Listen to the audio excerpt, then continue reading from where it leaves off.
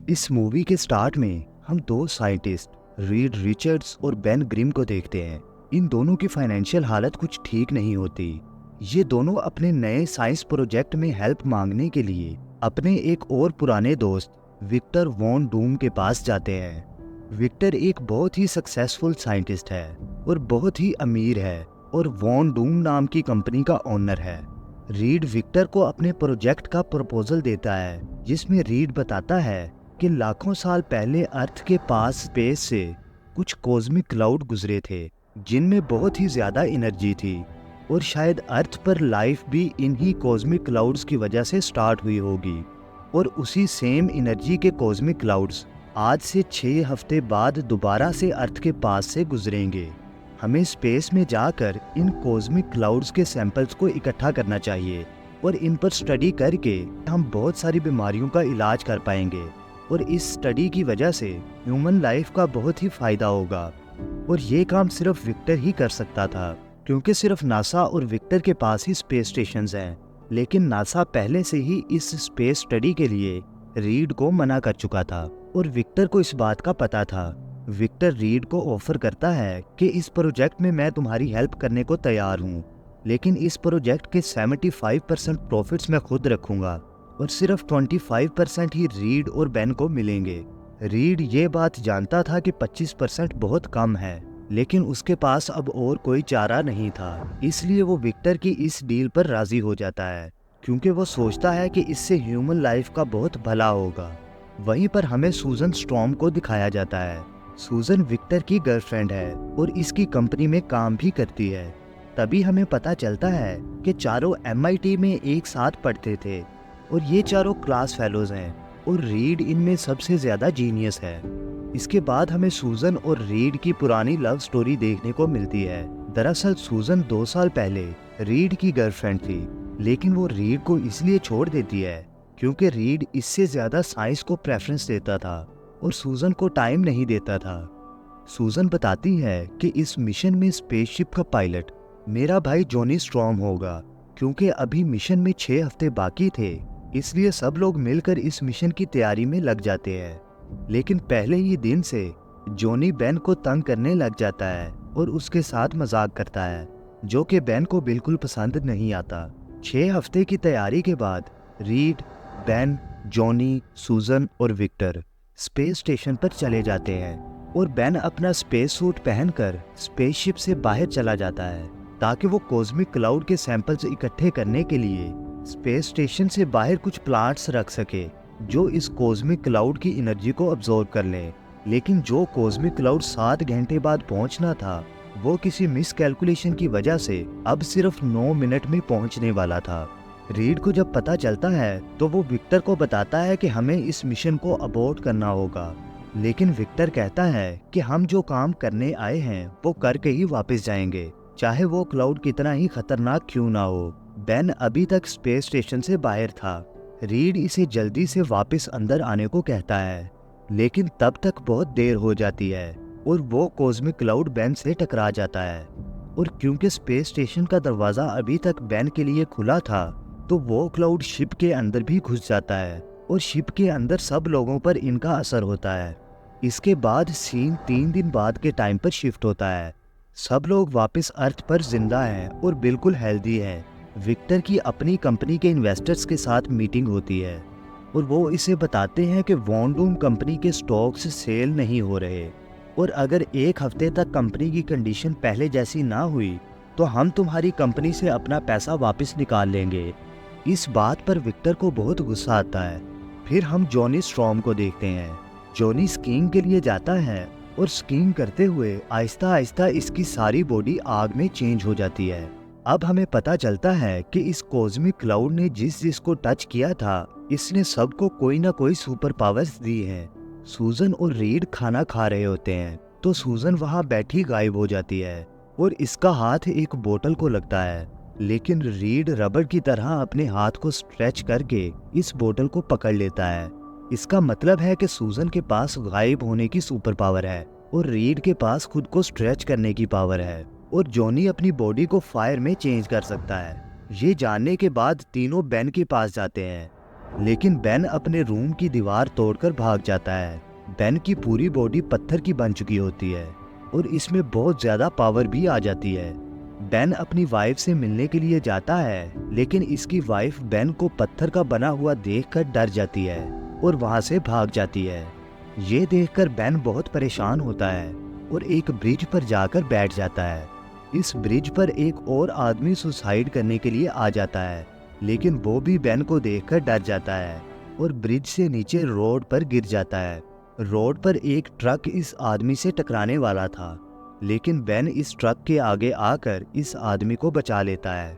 लेकिन वहाँ ट्रक के डिस्ट्रॉय होने से एक बहुत ही भयानक एक्सीडेंट हो जाता है। रीड, सूजन और जॉनी, जो कि बेन को ढूंढने के लिए निकले हुए थे, वो तीनों भी वहां पहुंच जाते हैं।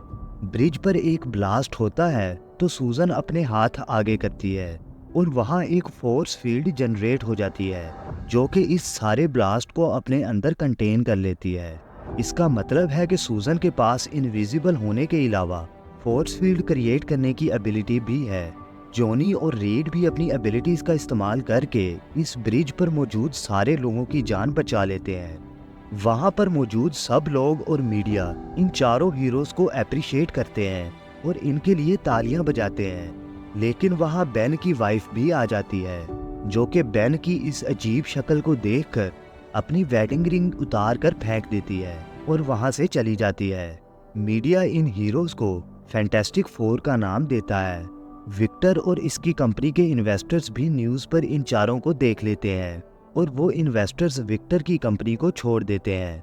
विक्टर को इन पर बहुत गुस्सा आता है, लेकिन वो कुछ कर नहीं सकता था। पब्लिक फैंटास्टिक फोर को बहुत पसंद करती है, लेकिन बेन को देखकर सभी लोग डरते रहते हैं। विक्टर गुस्से में रीड के पास जाता है और उसे कहता है कि तुम्हारी वजह से मैंने मिशन पर बिलियंस ऑफ डॉलर्स लगाए थे, लेकिन इससे मुझे कोई भी फायदा नहीं हुआ, बल्कि तुमने 4 लोगों की जिंदगियां तबाह कर दी हैं। असल में विक्टर इनसे जेलस भी था, क्योंकि इन सब के पास सुपर पावर्स की वजह से लोग उन्हें इतना ज्यादा पसंद कर रहे थे। वापस जाते हुए विक्टर गुस्से में दीवार पर मुक्का मारता है और देखता है कि इसका हाथ मेटल का बन चुका है। फैंटास्टिक फोर एक लैब में अपनी एबिलिटीज को टेस्ट करने लगते हैं और रीड एक मशीन बनाने में लग जाता है, जिसकी हेल्प से वो सब लोगों को अपनी नॉर्मल कंडीशन में वापस ला सकेगा, क्योंकि बेन को पत्थर का बना रहना और लोगों का इससे डरना बिल्कुल पसंद नहीं था। रीड जॉनी की बॉडी का मैक्सिमम टेम्परेचर चेक करता है तो वो 4000 डिग्री सेल्सियस से भी ज्यादा होता है। फिर रीड, सूजन और बेन की एबिलिटीज पर भी टेस्ट करता है। विक्टर अपनी सुपर पावर्स को टेस्ट करने के लिए अपनी कंपनी के डॉक्टर के पास जाता है। डॉक्टर इसे बताता है कि तुम्हारी बॉडी मेटल में चेंज हो रही है और ये मेटल हमारे प्लेनेट अर्थ से नहीं है, बल्कि ये मेटल डायमंड्स और टाइटेनियम से भी ज्यादा स्ट्रॉन्ग है। और फिर डॉक्टर कहता है कि मुझे ये बात गवर्नमेंट ऑफिशियल्स को बतानी होगी, लेकिन विक्टर इसे वहीं मार देता है ताकि ये बात उसके अलावा किसी को पता ना चल सके। विक्टर के पास एक और एबिलिटी भी होती है। विक्टर इलेक्ट्रिसिटी को अपनी बॉडी के अंदर अब्सॉर्ब करके इस इलेक्ट्रिसिटी से किसी पर भी हमला कर सकता है। फिर विक्टर अपनी कंपनी के इन्वेस्टर्स के पास जाता है, जिनकी वजह से इसकी कंपनी तबाह हुई थी, और विक्टर इन्वेस्टर्स को मार देता है। दरअसल विक्टर इस ताकत के नशे में अंधा हो चुका था। अगले सीन में जॉनी एंजॉय करने के लिए बाइक्स के स्टंट कंपटीशन में जाता है और वहां शो ऑफ करता है। वहां मीडिया पूछता है कि फैंटास्टिक फोर टीम में सबके नाम क्या हैं, तो वो खुद को ह्यूमन टॉर्च कहता है, सूजन को इनविजिबल वुमन, रीड को मिस्टर फैंटास्टिक और बेन को द थिंग का नाम देता है। बेन को अपना नाम द थिंग सुनकर बहुत गुस्सा आता है और वो इससे लड़ने के लिए वहां पहुंच जाता है। वहीं मिस्टर फैंटास्टिक और इनविजिबल वुमन भी आ जाते हैं। द थिंग ह्यूमन टॉर्च की गाड़ी को तबाह कर देता है और वहां इन दोनों की लड़ाई हो जाती है। ह्यूमन टॉर्च बताता है कि मिस्टर फैंटास्टिक मशीन बना रहा है जिससे हम वापस नॉर्मल इंसान बन जाएंगे, लेकिन मैं वापस नॉर्मल नहीं बनना चाहता।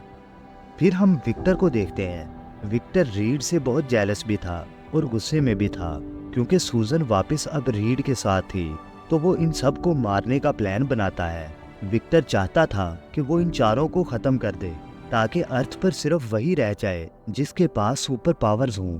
विक्टर सीधा द थिंग के पास जाता है विक्टर कहता है कि रीड नॉर्मल होने में तुम्हारी कोई मदद नहीं करेगा, वो तो बस अपनी सुपर पावर्स को एंजॉय कर रहा है और अपना सारा टाइम सूजन के साथ गुजार रहा है। बेन रीड के पास जाता है और उससे लड़ना शुरू कर देता है। रीड कहता है कि मैंने मशीन बना ली है, लेकिन हम इसे टेस्ट किए बगैर यूज नहीं कर सकते। बेन गुस्से में वहां से चला जाता है क्योंकि उसे लगता है कि शायद रीड वापस नॉर्मल होने में उसकी हेल्प नहीं कर सकता। रीड को बेन का ये बिहेवियर बिल्कुल अच्छा नहीं लगता, तो वो मशीन को टेस्ट करने के लिए खुद इस मशीन में घुस जाता है। लेकिन मशीन सही काम नहीं करती क्योंकि मशीन में पावर की कमी होती है। ये सब कुछ विक्टर अपने अपार्टमेंट से देख रहा होता है। विक्टर मिस्टर फैंटास्टिक की लैब में जाता है और इसकी मशीन में जो पावर की कमी थी वो खुद इलेक्ट्रिसिटी अब्सॉर्ब करके इस मशीन को देता है, जिससे वो मशीन सही काम करती है। विक्टर बेन को इस मशीन में डालकर नॉर्मल इंसान बना देता है। इसके बाद विक्टर बेन से कहता है कि मैं तो हमेशा से पावरफुल बनना चाहता था और अब मैं तुम चारों को खत्म करके सबसे ज्यादा पावरफुल बन जाऊंगा। इसके बाद बेन को विक्टर का सारा प्लान समझ में आ जाता है। विक्टर बेन को बेहोश करके मिस्टर फैंटास्टिक के पास जाता है और उसे लिक्विड नाइट्रोजन से ठंडा कर देता है ताकि वो अपनी पावर्स को यूज ना कर सके। और फिर वो वहां से रीड की लैब की तरफ एक रॉकेट चला देता है ताकि सूजन और जॉनी भी खत्म हो जाए। लेकिन जॉनी ह्यूमन टॉर्च बनकर इस रॉकेट को समंदर की तरफ ले जाता है और वहां इस रॉकेट को तबाह कर देता है। इनविजिबल वुमेन रीड को बचाने के लिए विक्टर के पेंट हाउस में चली जाती है, लेकिन विक्टर इस पर भी हमला कर देता है और उसे जान से मारने की कोशिश करता है। लेकिन उसी टाइम बेन यानी कि द थिंग की एंट्री होती है। बेन सूजन और रीड को बचा लेता है। दरअसल जब बेन को विक्टर का प्लान समझ आया था, वो वापस उस मशीन में जाकर खुद को दोबारा से द थिंग में चेंज कर लेता है ताकि वो अपनी टीम यानी कि फैंटास्टिक फोर की हेल्प कर सके। लेकिन विक्टर बहुत ज्यादा पावरफुल बन गया था। उसकी सुपर पावर्स सबके ऊपर भारी पड़ रही थी। विक्टर पूरे शहर की इलेक्ट्रिसिटी अब्सॉर्ब कर लेता है और फैंटास्टिक फोर पर हमला करने लगता है। लेकिन मिस्टर फैंटास्टिक एक प्लान बनाता है और ह्यूमन टॉर्च को कहता है कि विक्टर को सुपरनोवा की हीट से गर्म करो, और इनविजिबल वुमेन इनके गिर्द एक फोर्स फील्ड बना देती है ताकि इतनी ज्यादा हीट से शहर को कोई और नुकसान ना हो। फिर द थिंग और मिस्टर फैंटास्टिक विक्टर पर ठंडा पानी डाल देते हैं, जिससे विक्टर पहले गर्म होने के बाद एकदम ठंडा होता है तो वो एक स्टैचू बन जाता है। और इस तरह वो सारे मिलकर विक्टर को हरा देते हैं। शहर के सारे लोग फैंटास्टिक फोर के लिए तालियां बजाते हैं। मूवी के लास्ट में रीड सूजन को प्रपोज करता है। बेन की वाइफ तो उसे छोड़कर चली गई थी, लेकिन द थिंग को एक गर्लफ्रेंड मिल जाती है। जॉनी अभी भी बेन का मजाक उड़ाने से बाज नहीं आता और यहाँ मूवी खत्म हो जाती है। मूवी के पोस्ट क्रेडिट सीन्स में हम देखते हैं कि विक्टर की बॉडी को कंटेनर में डालकर ले जाया जा रहा है, लेकिन अभी भी विक्टर की बॉडी के पास इलेक्ट्रिसिटी अनस्टेबल है। इसका मतलब है कि विक्टर अभी भी जिंदा है और यहीं पर मूवी एंड हो जाती है। मूवी के स्टार्ट में हम देखते हैं कि किसी और गैलेक्सी से एक एलियन उड़ता हुआ अर्थ पर आता है। ये एलियन जहाँ से भी गुजरता है वहाँ टेम्परेचर बहुत कम हो जाता है और बहुत ही ज्यादा ठंड हो जाती है। जब ये एलियन किसी शहर से गुजरता है तो वहाँ की इलेक्ट्रिसिटी को अब्सॉर्ब कर लेता है। अभी तक किसी को भी नहीं पता था कि ये सब कुछ किसी एलियन की वजह से हो रहा है, इसलिए टीवी पर बताया जाता है कि ये शायद किसी इलेक्ट्रिक फेलियर की वजह से हो रहा है। इसके बाद हम फैंटास्टिक फोर की टीम को देखते हैं। मिस्टर फैंटास्टिक और इनविजिबल वुमेन की शादी होने वाली थी और हर तरफ इन दोनों की शादी की बातें हो रही थीं, क्योंकि फैंटास्टिक फोर पूरी दुनिया में बहुत ही फेमस हो चुके थे और पूरी दुनिया इन्हें सुपर हीरो मानती थी। जॉनी स्टॉर्म यानी कि ह्यूमन टॉर्च मिस्टर फैंटास्टिक के लिए शादी से पहले एक बैचलर पार्टी अरेंज करता है। नेक्स्ट सीन में हम देखते हैं कि वही एलियन जब विक्टर यानी कि डॉक्टर डूम के पास से गुजरता है तो डॉक्टर डूम भी दोबारा से जिंदा हो जाता है। डॉक्टर डूम को हमने फैंटास्टिक फोर की पहली मूवी में देखा था और फैंटास्टिक फोर की टीम ने इसे हराकर एक स्टैचू में चेंज कर दिया था। अगर आपने फैंटास्टिक फोर की पहली मूवी की वीडियो नहीं देखी तो डिस्क्रिप्शन में आपको इसका लिंक मिल जाएगा। तो वापस आते हैं अपनी कहानी की तरफ। मिस्टर फैंटास्टिक अपनी बैचलर पार्टी में डांस कर रहा होता है। तो यूएस मिलिट्री का जनरल इनविजिबल वुमेन को लेकर मिस्टर फैंटास्टिक के पास आ जाता है।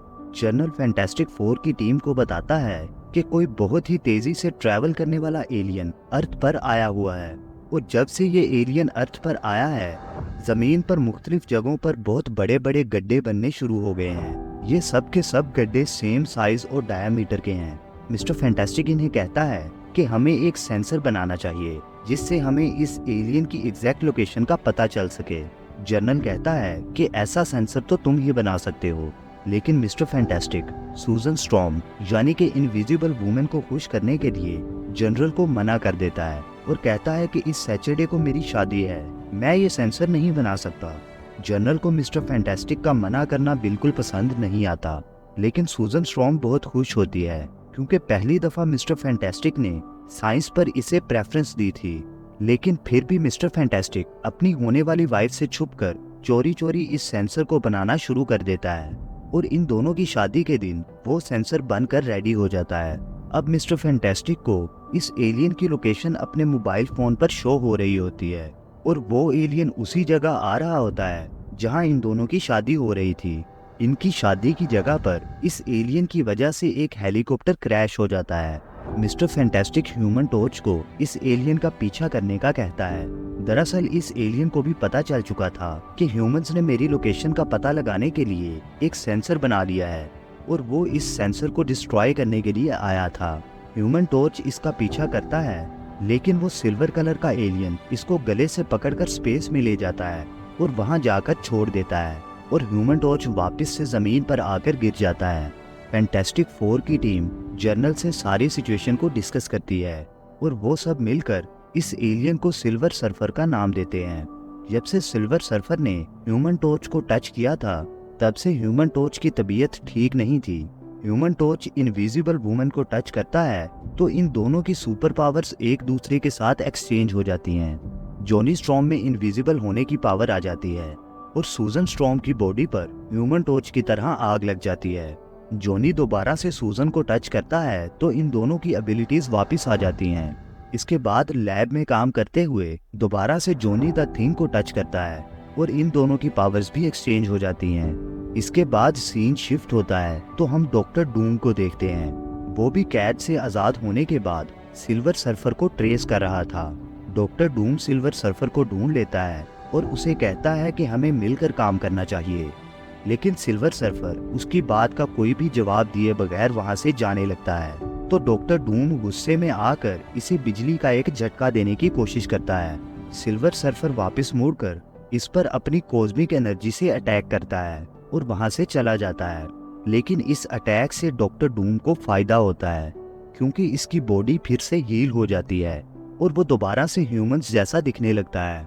मिस्टर फैंटास्टिक सिल्वर सर्फर के बनाए हुए गड्ढों का पैटर्न देखता है तो उसे पता चल जाता है कि अगला गड्ढा बनाने के लिए सिल्वर सर्फर लंदन में आएगा।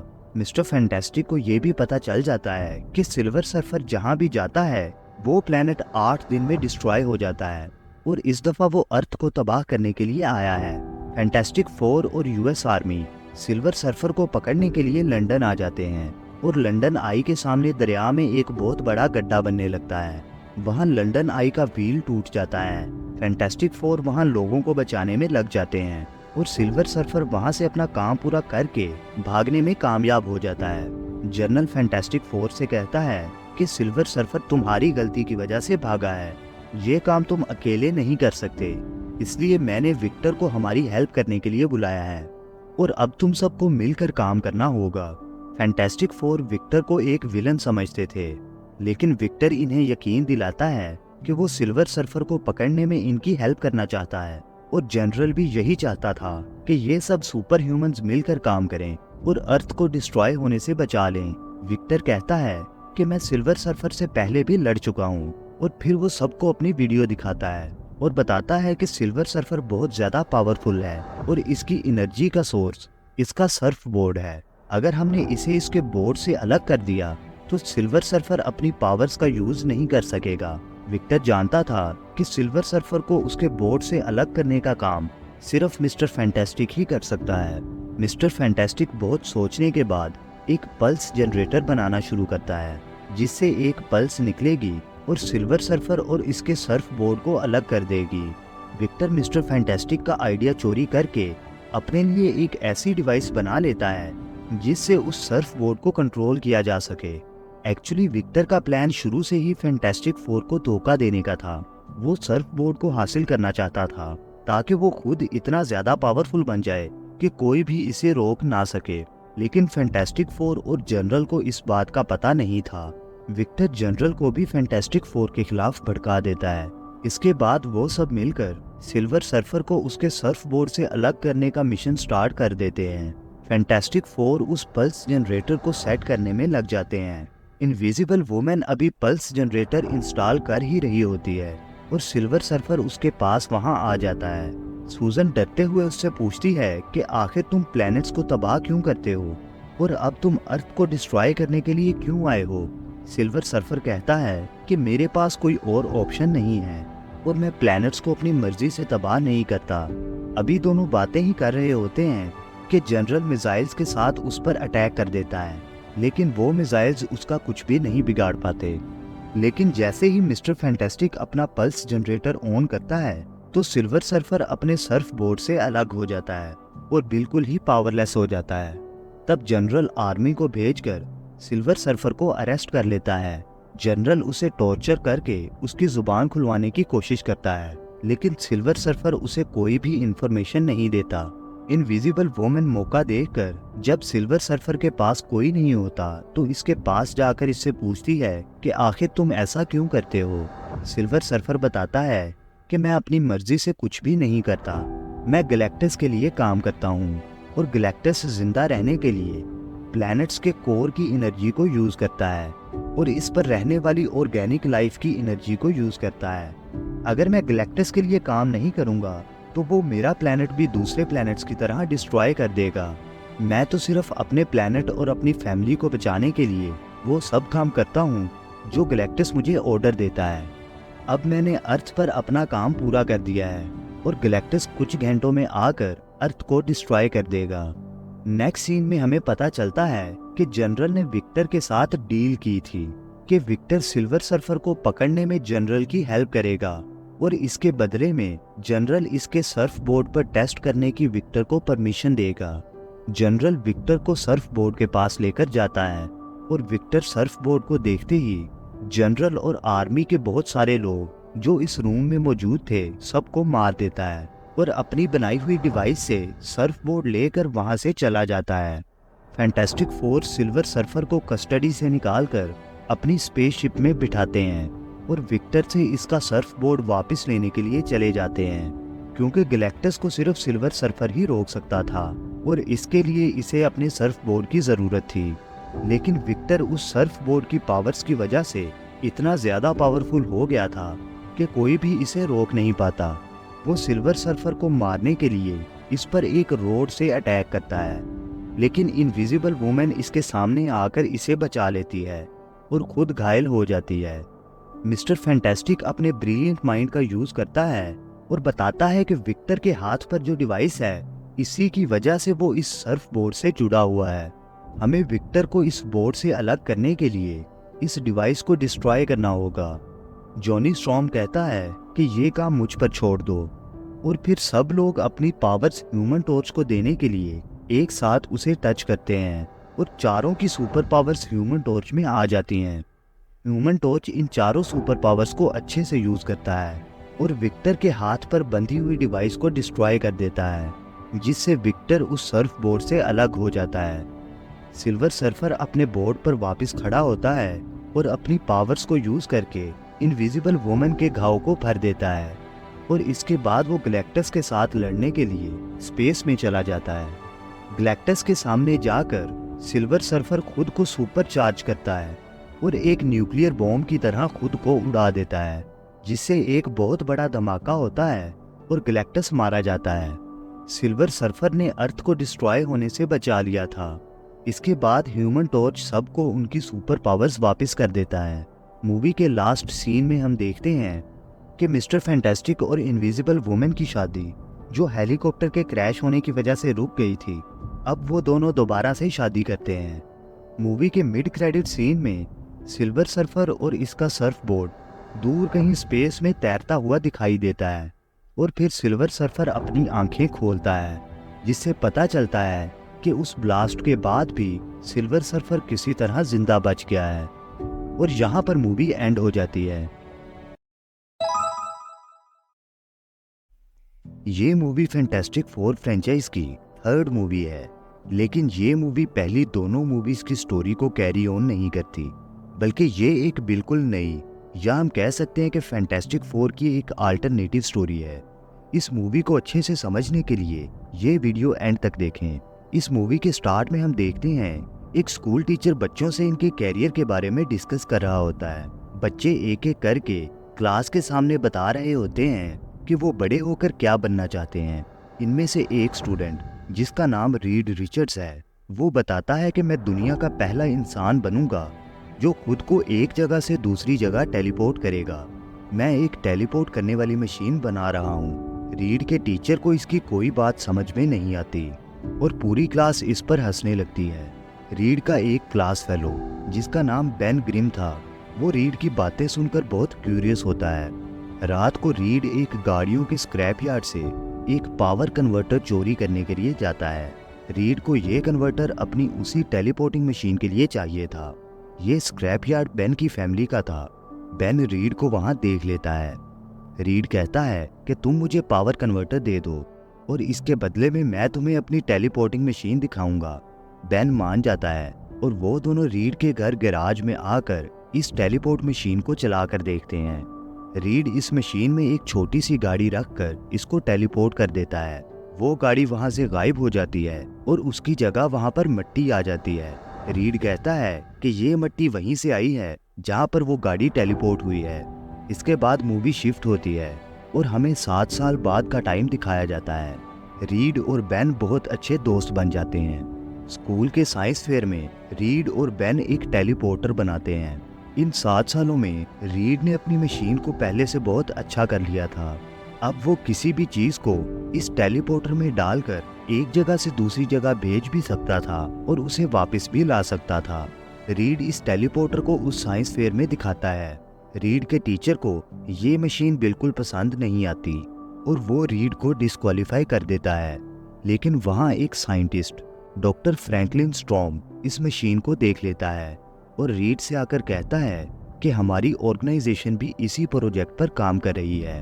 हम मैटर को एक जगह से दूसरी जगह टेलीपोर्ट तो कर सकते हैं, लेकिन अभी तक हम इसे वापस नहीं ला पाए और तुमने वो करके दिखा दिया है।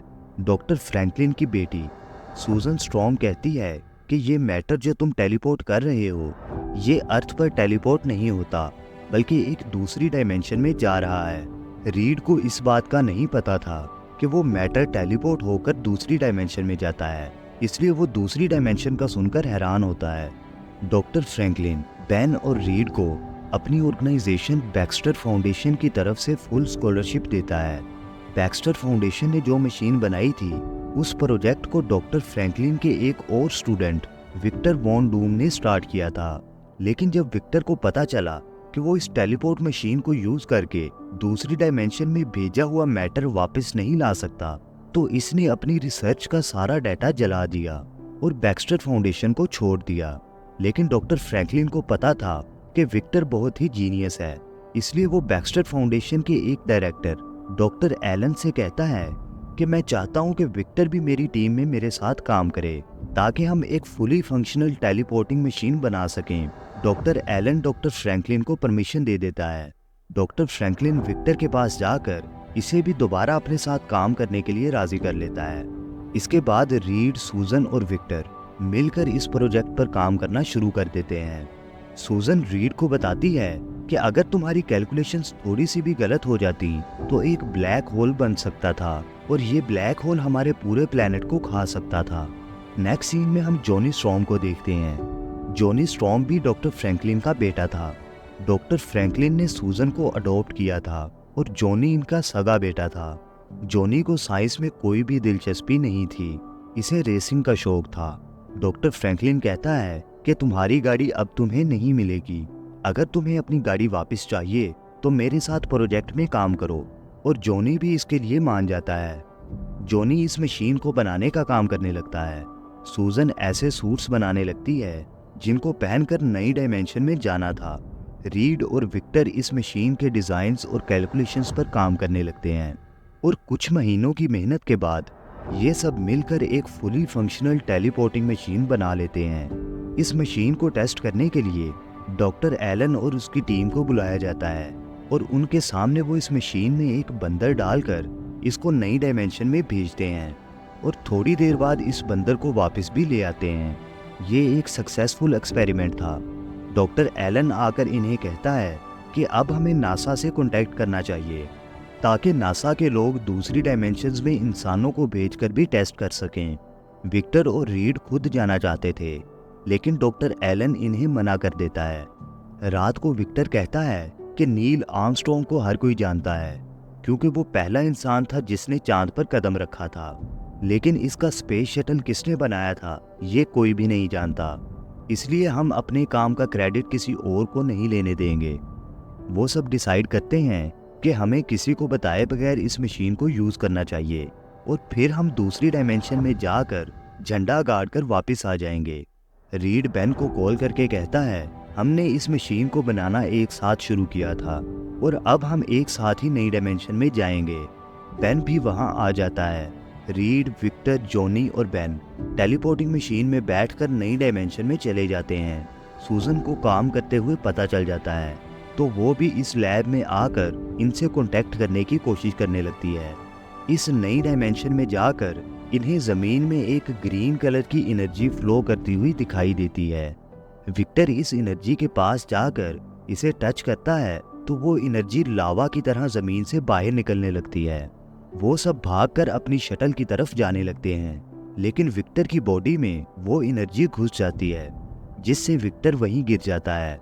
सब लोगों को लगता है कि विक्टर मारा गया।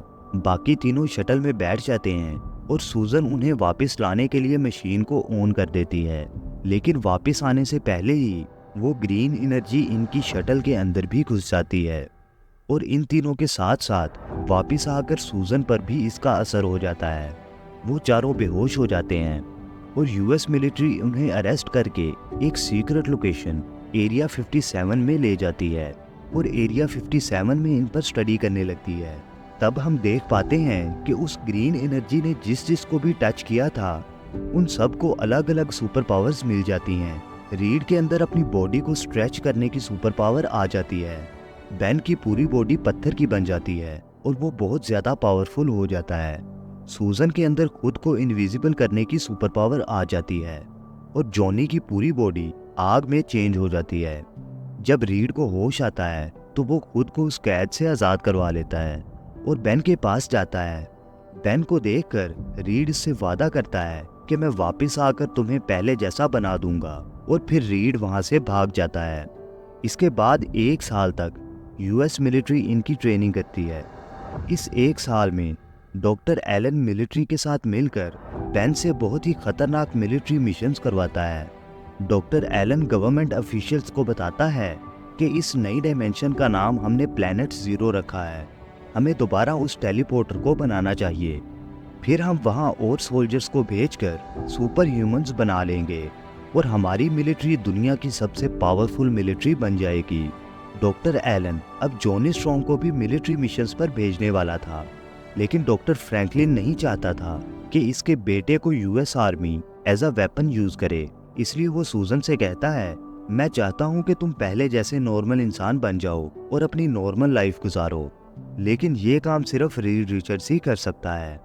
रीड 1 साल से सबसे छुपकर पनामा में रह रहा था और वो अपनी शक्ल बदलकर एक ऐसी मशीन बनाने में लगा हुआ था जिससे वो अपने दोस्तों को वापस नॉर्मल बना सके। सूजन रीड की लोकेशन ट्रेस करके इसे ढूंढ लेती है और यूएस मिलिट्री बेन को भेजकर रीड को अरेस्ट करके वापस ले आती है। डॉक्टर फ्रैंकलिन की टीम ने एक नया टेलीपोर्टर बना लिया था। यूएस आर्मी अपने कुछ सोल्जर्स को इसमें बिठाकर प्लैनेट ज़ीरो पर भेजती है, लेकिन वहां उन्हें विक्टर नजर आता है। वो सोल्जर्स विक्टर को लेकर वापस आ जाते हैं। सब लोग बहुत हैरान थे कि विक्टर 1 साल से प्लैनेट ज़ीरो पर जिंदा कैसे है। विक्टर की पूरी बॉडी मेटल की बन चुकी थी। डॉक्टर एलन विक्टर से पूछता है कि हमें प्लैनेट ज़ीरो के बारे में सब कुछ बताओ। विक्टर कहता है, तुम लोगों ने प्लेनेट अर्थ का बुरा हाल कर दिया है। अब तुम मेरे प्लेनेट को डिस्ट्रॉय करना चाहते हो। मैं प्लेनेट अर्थ की सारी एनर्जी अपने प्लेनेट यानी कि प्लेनेट ज़ीरो पर ले जाऊंगा। ये कहकर वो डॉक्टर एलन को मार देता है और वहाँ से जाने लगता है। डॉक्टर फ्रैंकलिन इसे समझाने की कोशिश करता है, लेकिन विक्टर डॉक्टर फ्रैंकलिन को भी मारकर वापस प्लेनेट ज़ीरो पर चला जाता है और वहाँ जाकर वो एक पोर्टल ओपन कर देता है, जिससे प्लेनेट अर्थ की हर चीज़ एनर्जी में कन्वर्ट होकर प्लेनेट ज़ीरो पर जाने लगती है। रीड, बेन, सूजन और जॉनी इस पोर्टल से प्लेनेट ज़ीरो पर जाते हैं और विक्टर को रोकने की कोशिश करने लगते हैं। स्टार्ट में विक्टर इन सब पर भारी पड़ता है और एक एक करके इन सबको हरा देता है। रीड कहता है कि वो हम सबसे ज़्यादा पावरफुल है, लेकिन अगर हम मिलकर एक टीम की तरह लड़ें तो हम उसे हरा सकते हैं। रीड एक प्लान बनाता है और विक्टर को डिस्ट्रैक्ट करने के लिए खुद इससे लड़ता है, लेकिन जब विक्टर रीड को मारने लगता है तो बेन उसे एक पंच मारकर उसके अपने बनाए हुए पोर्टल में फेंक देता है और जॉनी इस पोर्टल को तोड़ देता है, जिससे विक्टर मारा जाता है और वो पोर्टल बंद होने लगता है। लेकिन इस पोर्टल के बंद होने से पहले पहले वो सब वापस अर्थ पर आ जाते हैं। यूएस आर्मी के जनरल्स इन सब से कहते हैं कि तुमने अर्थ को डिस्ट्रॉय होने से बचा लिया है। सूजन कहती है कि हमें काम करने के लिए एक लैब चाहिए और जो काम भी हम करेंगे इसका क्रेडिट हम किसी और को नहीं लेने देंगे। जनरल इनकी ये बात मान जाते हैं और उन्हें काम करने के लिए एक बहुत बड़ी लैब दे देते हैं। इस लैब में चारों मिलकर अपनी टीम का नाम डिसाइड करने लगते हैं। रीड कहता है कि हमारी टीम का नाम फैंटास्टिक फोर होना चाहिए और यहाँ पर मूवी एंड हो जाती है। आई होप कि आपको ये वीडियो पसंद आई होगी। इस वीडियो को अपने दोस्तों के साथ भी शेयर करें और नेक्स्ट वीडियो आप कौन सी देखना चाहते हैं नीचे कमेंट सेक्शन में उस मूवी का नाम ज़रूर लिखें। मिलते हैं नेक्स्ट वीडियो में।